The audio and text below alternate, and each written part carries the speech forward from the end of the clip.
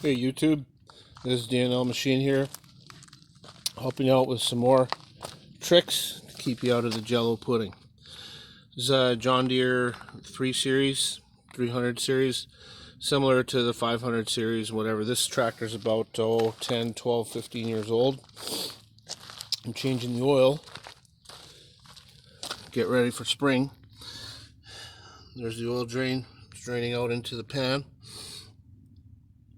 Every time you go to remove that oil filter, you're going to get oil run all over down there.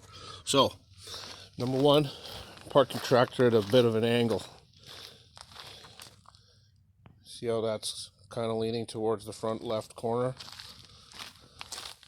Number two, take an old windshield washer jug or whatever, cut it like this. Okay.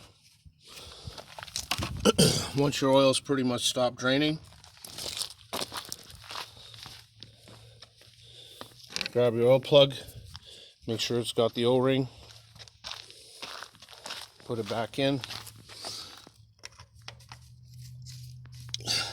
Now if you can't park your tractor at an angle, drive it up on a couple blocks or whatever, you can also use this thing right here, okay, to help reduce that.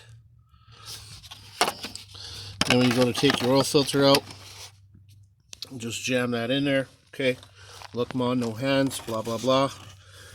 Take your oil filter off, hand pressure, okay, hand pressure is your friend.